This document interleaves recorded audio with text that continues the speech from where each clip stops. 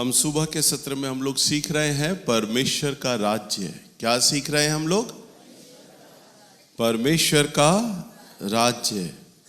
आइए हम लोग परमेश्वर के वचन में देखें। निकालिए मत्ती की किताब और इसका 25 अध्याय और इसका पहला पद से हम लोग देखेंगे। स्वर्ग का राज्य उन 10 कुंवारियों के समान होगा जो अपनी मशालें लेकर दूल्हे से भेंट करने को निकली। उनमें 5 मूर्ख और 5 समझदार थी। मूर्खों ने अपनी मशालें तो ली, परंतु अपने साथ तेल नहीं लिया। परंतु समझदारों ने अपनी मशालों के साथ अपनी कुप्पियों में तेल भी भर लिया। जब दूल्हे ने आने में देर हुई तो वह ऊँघने लगी और सो गई। आधी रात को धूम मची, देखो दूल्हा आ रहा है, उससे भेंट करने के लिए चलो। तब वह सब कुंवारियां उठकर अपनी मशालें ठीक करने लगी। और मूर्खों ने समझदारों से कहा, अपने तेल में से कुछ हमें भी दो, क्योंकि हमारी मशालें बुझी जा रही हैं। परंतु समझदारों ने उत्तर दिया, कदाचित यह हमारे लिए और तुम्हारे लिए पूरा ना होगा। भला तो यह है कि तुम बेचने वालों के पास जाकर अपने लिए मोल ले लो। जब वह मोल लेने को जा रही थी तो दूल्हा आ पहुंचा, और जो तैयार थी वह उसके साथ विवाह के घर में चली गई और द्वार बंद किया गया। इसके बाद वह दूसरी कुंवारियां भी आकर कहने लगी, हे स्वामी, हमारे लिए द्वार खोल दे। उसने उत्तर दिया, मैं तुमसे सच सच कहता हूँ, मैं तुम्हें नहीं जानता। इसीलिए जागते रहो, क्योंकि तुम ना उस दिन को जानते हो ना उस घड़ी को। हालेलुया। बहुत ही सुंदर परमेश्वर ने ये दृष्टांत हमारे सामने रखा है, जो कि परमेश्वर के राज्य के बारे में है। क्योंकि हम पहले ही पद में हम लोग देखते हैं, यहाँ लिखा है तब स्वर्ग का राज्य। क्या लिखा है यहाँ पर? तब स्वर्ग का राज्य कैसा होगा? वचन में एक दृष्टांत प्रभु यीशु मसीह ने बताया है। वैसा होगा कि 10 कुंवारियों के समान होगा। कैसा? 10 कुंवारियों के समान होगा। उनमें से 5 क्या थी? मूर्ख थी, और 5 क्या थी? समझदार थी। जो समझदार थी उनकी ये पहचान थी कि उन्होंने अपनी कुप्पियों के अंदर तेल ले रखा था। जैसे कि आप लोग कई बार बारात के अंदर देखते हैं ना, बारात में कई लोग वो बड़े बड़े लाइटों को लेकर अपने कंधों पर लेकर चलते हैं। अब तो टेक्नोलॉजी बढ़ गई है, पीछे रिक्शा आ रहा होता है, जनरेटर होता है, और पूरी बारात की जो लाइट होती है उस जनरेटर से चल रही होती है। देखा है ना आप लोगों ने? पर पहले के ज़माने में नहीं ऐसा होता था। पहले के समय में लोग मशालों को लेकर चला करते थे, और उनमें से वो दृष्टांत प्रभु यीशु मसीह ने ऐसा बताया है कि जब बारात का जब समय है, जब दूल्हे का जब समय है, तो 10 कुंवारियां उसका स्वागत करने के लिए गई हैं। परंतु 5 के पास तो जो मशाल है, जो समझदार हैं, उनका ये पहचान है, उन्होंने अपना मशाल लिया और अपने साथ तेल भी लिया। अपने साथ क्या लिया? तेल लिया, ताकि ना जाने दूल्हा कब आएगा और कितना हमें इंतजार करना होगा, कितना समय लगेगा। इसलिए वो लोग तैयार थे अपने मशालों को लेकर। तेल ज्यादा ले रखा था उन्होंने। परंतु 5 मूर्खों ने, जो 5 मूर्ख स्त्रियां थी, उनकी क्या पहचान थी? उन्होंने अपनी मशालों को निकलते समय चेक नहीं किया, जांचा नहीं कि कितना इनमें तेल है या नहीं है। थोड़ा बहुत रहा होगा, परंतु जब वो वहां गई दूल्हे के स्वागत करने के लिए, तब उन्होंने देखा कि हमारी मशालें जो जलाने लगी तो वो जलते जलते फिर बुझ जाए, फिर जलाएं, फिर बुझ जाएं। तब उन्होंने अपनी मशालों को चेक किया, जांचा, तब उन्होंने पाया कि इसमें तो तेल ही नहीं है। और जब धीरे धीरे रात ज्यादा बीत रही थी और हो हुल्ला होने लगा दूर से, कई बार जब हम लोग भी बारात की आवाज को दूर से सुनते रहते हैं, है ना? जब बारात आ रही होती है तो दूर से बैंड बाजे की आवाज आ रही होती है, हमें पता होता है कि बारात आ रही है। और धीरे धीरे जो बारात नाचते गाते धीरे धीरे चलती आ रही होती है, तो हमें उसके साउंड से पता चलता जा रहा होता है कि बारात कहाँ तक पहुंच रही है। ऐसे ही जब धीरे धीरे बारात का जो साउंड था, नाचने गाने का बजाने का, धीरे धीरे जब उसकी आवाज आने लग गई ना, तब वो जो 5 समझदार स्त्रियां थीं, उन्होंने अपनी मशालों को जला लिया और तैयार होकर खड़ी हो गई दूल्हे के स्वागत के लिए। परंतु जो 5 मूर्ख स्त्रियां थीं, उन्होंने क्या कहा, अरे बहनों देखो हमारे पास तो तेल ही नहीं है, और ऐसा करो हमारे को थोड़ा सा तेल दे दो, थोड़ा सा क्या करो, तेल दे दो, ताकि हमारी मशाले भी जल जाएं और हम भी दूल्हे के स्वागत में खड़े हो सके। तब उन 5 समझदार स्त्रियों ने उन्हें बोला कि देखो हमारे पास इतना तेल नहीं है कि हम तुम्हें ये तेल अपने तेल में से दे दें। अगर हमने भी तुम्हें अपना तेल दे दिया तो थोड़ी ही देर के बाद जब दूल्हा आ पहुंचेगा तो हमारी भी मशाले क्या हो जाएंगी, बुझ जाएंगी। इसलिए अच्छा है जो तेल बेचने वाले हैं, जो दुकानदार हैं, तुम उनके पास जाओ और उनसे मोल ले लो, उनसे तेल खरीदो और अपनी मशालों को ठीक कर लो। पर रात के समय कहां पर तेल बिकता है? और क्या हुआ, थोड़ी ही देर के बाद दूल्हा आ गया और वो 5 औरतें जो मूर्ख थीं, वो बाजारों में घूम रही, दरवाजे पीट रही, खटखटा रही, हमें तेल ले दो, हमें तेल ले दो, हमारा दूल्हा आ रहा है, हमें उसका स्वागत करना है। वो बाजारों में घूम रही, चिल्ला रही। परंतु इतने में क्या हुआ, दूल्हा वहां पर आ गया। और जब दूल्हा आ गया तब उन्होंने क्या किया, वो जो 5 समझदार स्त्रियां थी वो मशालों को लिए हुए थी और दूल्हे के साथ उन्होंने दूल्हे का स्वागत किया। और दूल्हा जब अंदर गया एक बड़े हॉल में, वो 5 जो समझदार स्त्रियां थी मशालों को लिए दूल्हे के स्वागत के साथ, बाजे गाजे के साथ वो अंदर चले गए। और अंदर से क्या हो गया, हॉल का दरवाजा बंद हो गया। जब हॉल का दरवाजा बंद हो गया, थोड़ी देर के बाद उन्होंने कहीं से तेल लिया होगा, अब वो आई मशाले लेकर, पर इतने में क्या हुआ, दरवाजा बंद हो गया। और वो आकर रोने पीटने और चिल्लाने लग गई, हमें भी भीतर ले लो, देखो हमारा तेल तो खत्म हो गया था, हम तेल लेने गए हुए थे, अब हमारे लिए कम से कम दरवाजा तो खोलो, हम देरी से आए हैं परंतु दरवाजा तो खोलो। परंतु वचन में लिखा है कि उन्होंने उस पर ध्यान नहीं दिया और प्रभु यीशु मसीह का आना अचानक ऐसा ही होगा। हालेलुया। सो प्रभु ने अपने इस दृष्टांत से बड़ी एक अच्छी बात हमें समझाई है। आप समझ पा रहे हैं क्या है? जो तेल है, जो तेल बोला ना, तेल है परमेश्वर का आत्मा, पवित्र आत्मा। क्या है तेल? पवित्र आत्मा।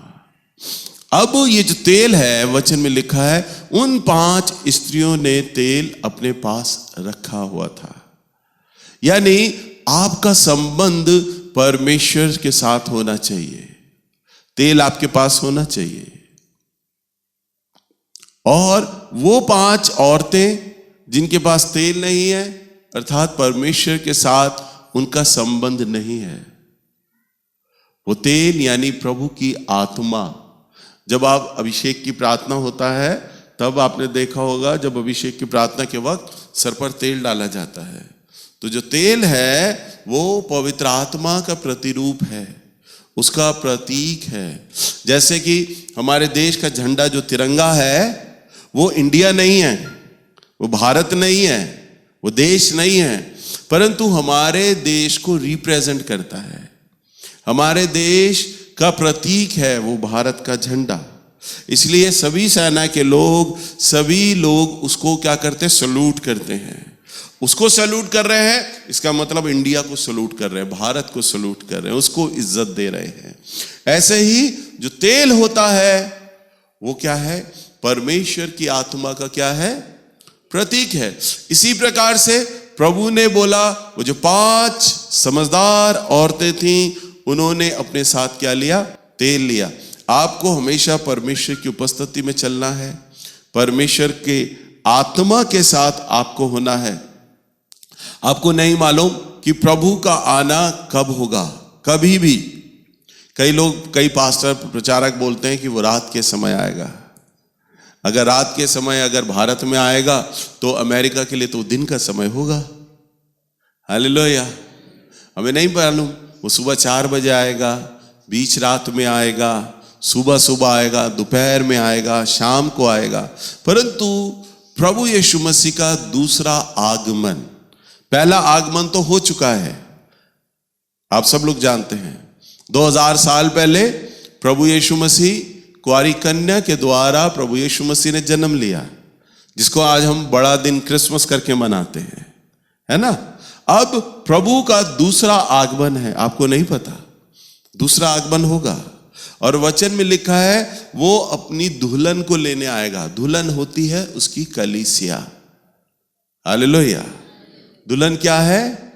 और कलीसिया केवल हमारी कलीसिया नहीं, पूरे संसार भर में उसकी कलीसिया के वो लोग जो तैयार हैं।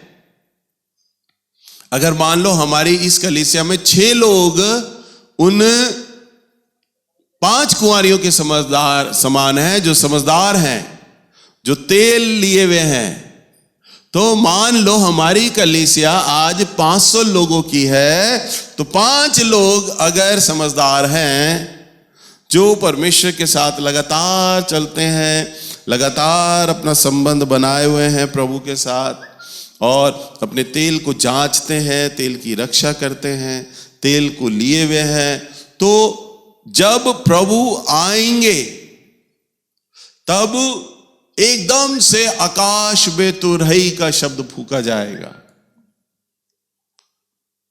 तुरही का शब्द फूंका जाएगा।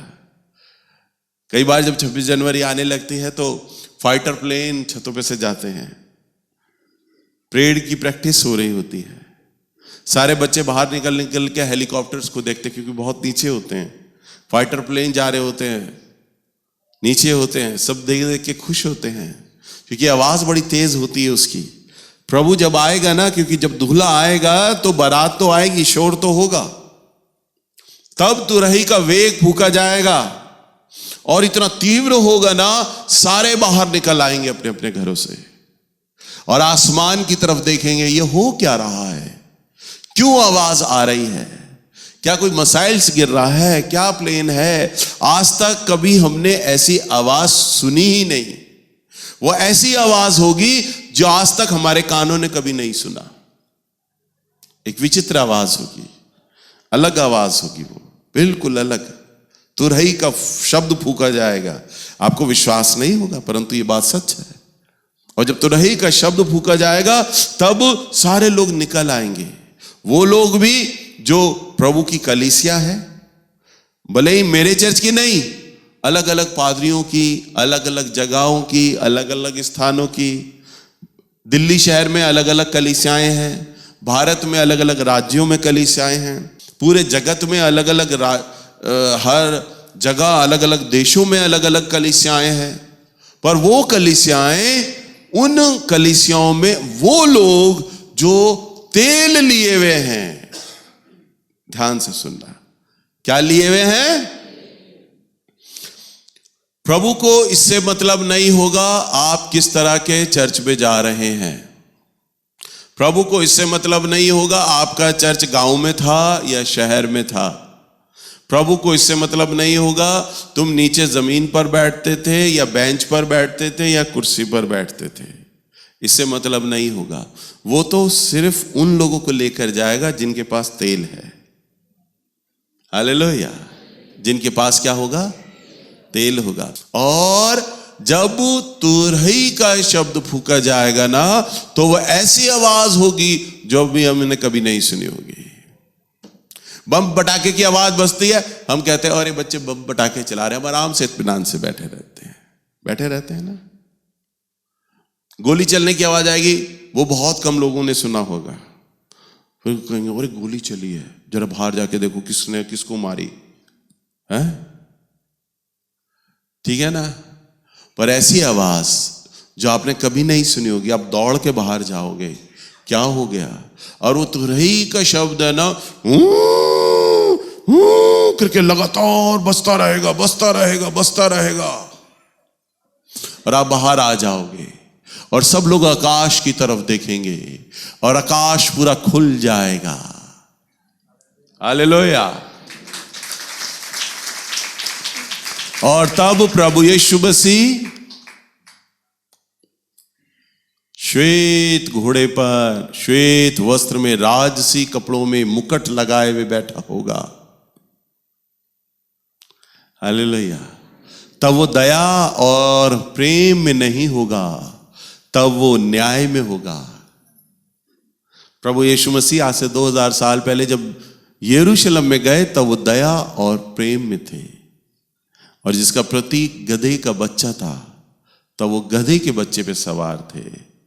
परंतु अब जब प्रभु आएगा तो वो गधे के बच्चे पे नहीं होगा, घोड़े पे सवार होगा, और घोड़े पे तो राजा आता है। हालेलुया। और तब वो न्याय करने आएगा, भूसे को अलग करेगा और गेहूं को अलग करेगा। वचन में लिखा है वो गेहूं को अपने संग लेकर जाएगा, और जो भूसा होगा वो जला दिया जाएगा। तब प्रभु आएंगे, और जब आ रहे होंगे तब अपनी कलीसिया को पलक झपकते ही वो लेंगे अपने साथ। हालेलुया। वचन में लिखा है समुंदर अपने मुर्दे उगल देगा, जमीन अपने मुर्दे उगल देगी। हमसे पहले जो लोग आदम हुआ से लेके और अब तक जितने लोग प्रभु के विश्वासी लोग थे, मारे गए प्रभु के वचन के खातिर, वो लोग जी उठेंगे। वो उनकी आत्माएं जी उठेंगी, उनकी आत्मा होगी।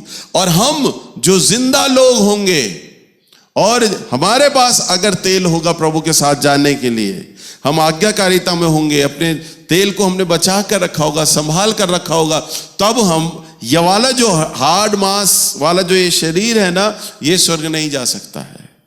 तब पलक झपकते ही हमारा बॉडी भी चेंज हो जाएगा, और हम अमरता का देह पहन लेंगे। कौन सा? अमरता का देह पहन लेंगे। हमारा शरीर बदल जाएगा, अमरता का देह, जो वो वाला शरीर जो स्वर्गदूतों के पास है। प्रभु ने जो स्वर्गदूतों को शरीर दिया हुआ है, वो वाला शरीर, वो आपको और मुझे मिलेगा। वो उनको मिलेगा जो 5 समझदार औरतों के समान है, जिन्होंने अपने तेल की रक्षा की है। हालेलुया। और पलक झपकते ही ये सब कुछ हो जाएगा, क्योंकि वो तो प्रभु है। हालेलुया। और वचन में लिखा है अपनी कलीसिया को बादलों पर उठा लेगा, अपने लोगों को उठा लेगा। पलक झपकते ही होगा, और प्रभु का आगमन बहुत शीघ्र है। अभी मेरा बेटा, आप सभी लोग जानते हैं, परमेश्वर ने उसे भविष्यवक्ता के रूप में चुना है। जब वो लद्दाख गया हुआ था तब वो बता रहा कि पापा, जब मैं होटल में सो रहा था तब प्रभु मुझे स्वर्ग लेकर चले गए, और जब मैं स्वर्ग गया तब मैंने वहां देखा कैलेंडर बड़ी जल्दी जल्दी बदल रहे हैं। सन 2020 का कैलेंडर आया, उसके सामने 21 आया, 22 आया, 23 आया, कैलेंडर गिरते जा रहे हैं। और जैसे ही सन 2050 का कैलेंडर आया, वहां पर प्रभु ने कहा इससे आगे कैलेंडर नहीं जाएगा, इससे पहले मैं आ जाऊंगा। अब इससे पहले नहीं पता, सन 2045 में आ जाएंगे, सन 2048 में आ जाए, सन 2040 में आ जाए, सन 2035 में आ जाए, नहीं मालूम, पर सन 2050 से ऊपर नहीं जाएगा। और जब उसने बताया तब कई मैंने बड़े बड़े भविष्यवक्ताओं की भविष्यवाणियों को सुना है, उन सब ने ये बोला है सन 2050 से पहले पहले प्रभु यीशु मसीह का आगमन है, पहले पहले, और कभी भी होगा उसका आगमन। क्योंकि वचन की लिखी हुई तकरीबन सभी भविष्यवाणियां, बाइबल में जितनी भी भविष्यवाणियां लिखा है प्रभु के आने के लिए, वो लगभग सारी पूरी हो गई हैं। और जो हल्की फुल्की रह गई है भविष्यवाणियां, वो भविष्यवाणियां पूरी होने के कगार पर आ गई हैं। सारी भविष्यवाणियां पूरी हो रही हैं प्रभु की, और वो आने को है। हालेलुया। आप भले ही अभी विश्वास ना करो, नूह के समय में भी ऐसे ही था। प्रभु ने जब नूह को बोला कि तू पानी का जहाज बना, मैं जल पर ले लाऊंगा और सबको जल से समाप्त कर दूंगा, और जब प्रभु ने उसे पानी का जहाज बनाने के लिए बोला तो उसने लक्कड़ का एक बहुत लंबा चौड़ा जहाज बनाया। और मालूम है कहां बना रहा था? रेत पर, रेतीली रेगिस्तान में रहता था वो, वहां जहाज बना रहा। तब उसके तमाम रिश्तेदार, परिवार के लोग उसका मखौल बनाने लगे, तू पागल हो गया है, कहां इस जहाज को चलाएगा? दूर तक समुंदर नहीं है, दूर तक दरिया नहीं है, तू पागल हो गया है, तेरा ईश्वर भी पागल हो गया है। वो उसने कहा, ईश्वर ने मुझे आज्ञा दी है, वो जल प्रलय से समाप्त करेगा। सबको उम्मीद ही नहीं थी। अभी भी रेगिस्तानी जगहों पे अभी भी ढंग से पानी नहीं आया। इतना टेक्नोलॉजी, इतना विज्ञान विकसित हो गया उसके बाद भी। उस जमाने में आप ये विचार करो, 3,500-4 हजार साल पहले जब विज्ञान बिल्कुल शून्य के समान था, रेत में तो पानी की उम्मीद ही बेकार थी। रेत में पानी हो ही नहीं सकता। और इतना पानी कि समुंदर बन जाए और जहाज उस पर तैरेगा, किसी को कल्पना नहीं थी। परंतु प्रभु ने नूह को आज्ञा दी थी, अपने परिवार को जहाज में रख ले, 40 दिन का तमाम राशन रख ले। उसने राशन रख लिया। प्रभु ने नूह को आज्ञा दी, हर जीव जंतुओं के एक एक जोड़ा तू रख ले।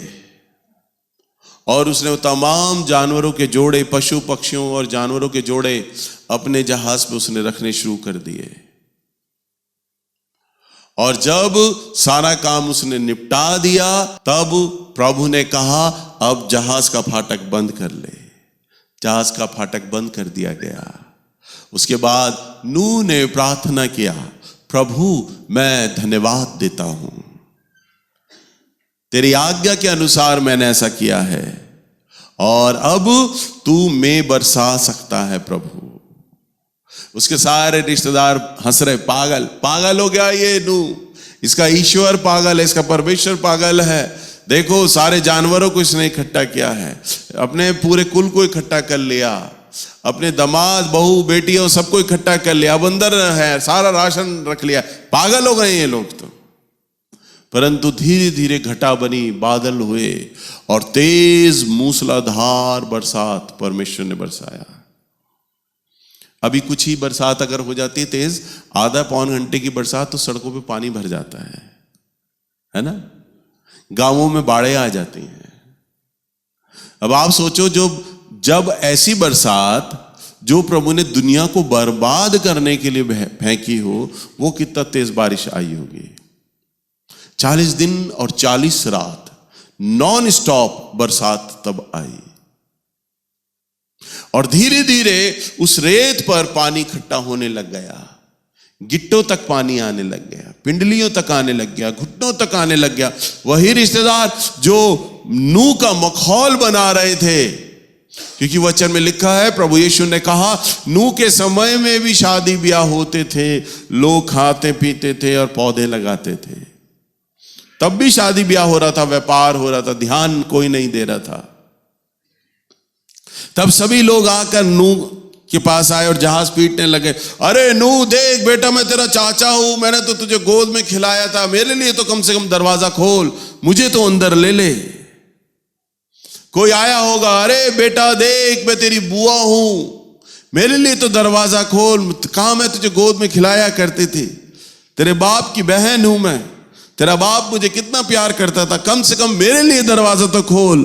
परंतु एक बार दरवाजा बंद हुआ, सारे रिश्ते खत्म हो गए। समझ पा रहे हैं आप? दरवाजा बंद हो गया, रिश्ता खत्म हो गया।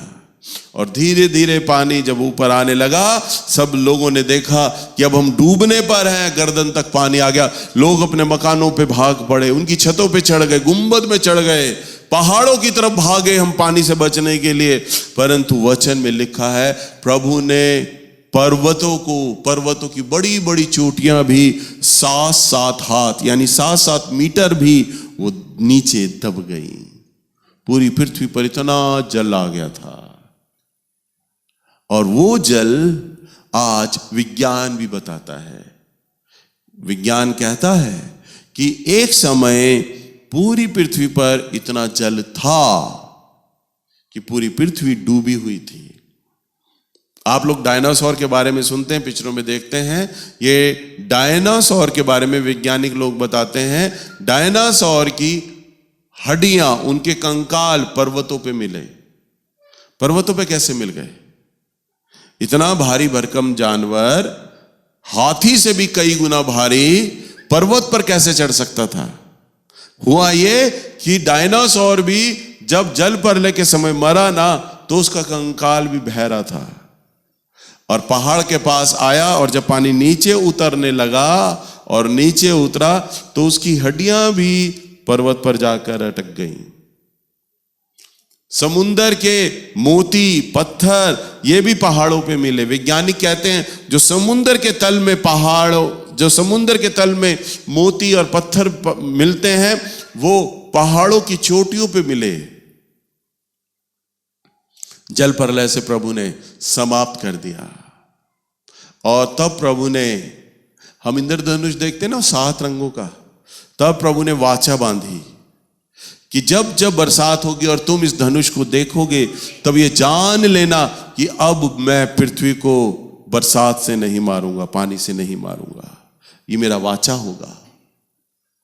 हालेलुया। और तब अब प्रभु जब आ रहे हैं, तब परमेश्वर अपनी कलीसिया को लेने के लिए आएंगे। और उसके बाद यहां पर कलीसिया के उठाए जाने के बाद बहुत बुरे दिन लोग देखेंगे, बहुत ज्यादा बुरे दिन, बहुत कलेश भरे साल होंगे। आगे की जो बातें हैं आप सहन नहीं कर सकते। आपको नहीं मालूम कि आने वाला समय का युग कितना भयानक होगा, खराब होगा। अगर उदाहरण के तौर पर आपका छोटा बच्चा गली में बाहर खेल रहा हो और वहां से 2-4 गायें तेजी से भागती हुई आ रही हो सामने, तो आप क्या करोगे? अपने बच्चे को खड़ा रहने दोगे गली में या अंदर करोगे? क्या करोगे? अंदर करोगे ना? तो बच्चे को अंदर करोगे ताकि मेरा बच्चा खतरे में ना रहे, पीड़ा में ना रहे। आप बुरे होकर, पापी होकर अपने बच्चों से इतना प्यार करते हो कि उन्हें खतरे में नहीं देख सकते, आप उन्हें भीतर कर लोगे। प्रभु भी जब इस पृथ्वी पर महाकलेश भेजेगा ना, जब ये युग बहुत पीड़ा में होगा, उससे पहले वो अपने बच्चों को ले लेगा। हालेलुया।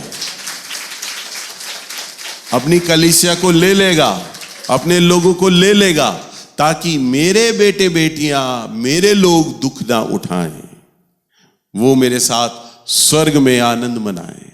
हालेलुया। इसलिए धीरे धीरे ये पीड़ाओं का आरंभ होने लग जाएगा। आज तक कभी आपने कोरोना सुना था? कोरोना जैसी महामारी देखी थी? हमारे पूर्वजों ने भी नहीं देखी थी। कभी प्लेग आता था, कभी हैजा आता था, अलग अलग गांव तक होता था, शहर तक होता था। हमने कर्फ्यू देखे, लड़ाई होती थी, दंगे होते थे, 2-4 घंटों के, 1-2 दिन के कर्फ्यू हो जाते थे, 2 दिन के हो जाते थे, 4 दिन के कर्फ्यू हो जाते थे। हैजा में, प्लेग में लॉकडाउन लगता था, कुछ घंटों का, कुछ दिनों का लगता था, परंतु ऐसा लॉकडाउन जो पूरा विश्व में लग गया हो और कई दिन और हफ्तों के लिए लग गया हो, आज तक कभी हुआ? ये तो पीड़ाओं का आरंभ है। और धीरे धीरे और बीमारियां बढ़ती चली जाएंगी और पीड़ाएं आती चली जाएंगी। आपको नहीं मालूम, इस संसार में बहुत भयानक दिन आने वाले हैं।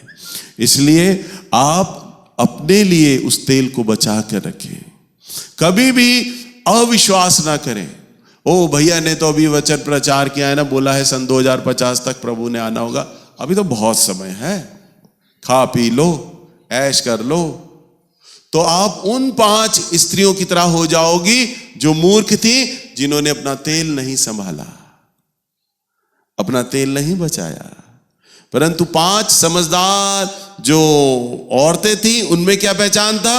वो मशाल लेकर तैयार थी, नहीं जाने कब दूल्हा आ जाएगा, तैयार थी वो तो। और जैसे ही बाजे गाजे की आवाज उन्होंने सुनाई दी, वो मशालें जलाकर खड़ी हो गई। दूल्हे के स्वागत के लिए। हालेलुया। सो आपको क्या करना है? आप नहीं जानते प्रभु कब आएगा। सन 2022 में आएगा, 25 में आएगा, 30 में आएगा, कब आएगा? पर आएगा 50 से पहले नहीं मालूम, आएगा। हालेलुया। पलक झपकते ही आएगा। उसने अपना दिन, तारीख, महीना, टाइम कभी किसी को नहीं बताया। प्रभु ने कहा, इसलिए जागते रहना, मैं चोर की नाई आऊंगा। चोर आपको मालूम होता कब आता है? पता होता किसी को? चोर दिन में आ जाए, शाम को आ जाए, रात को आ जाए। जब चोरी होती है तभी पता चलता, अरे चोर आया था। हालेलुया।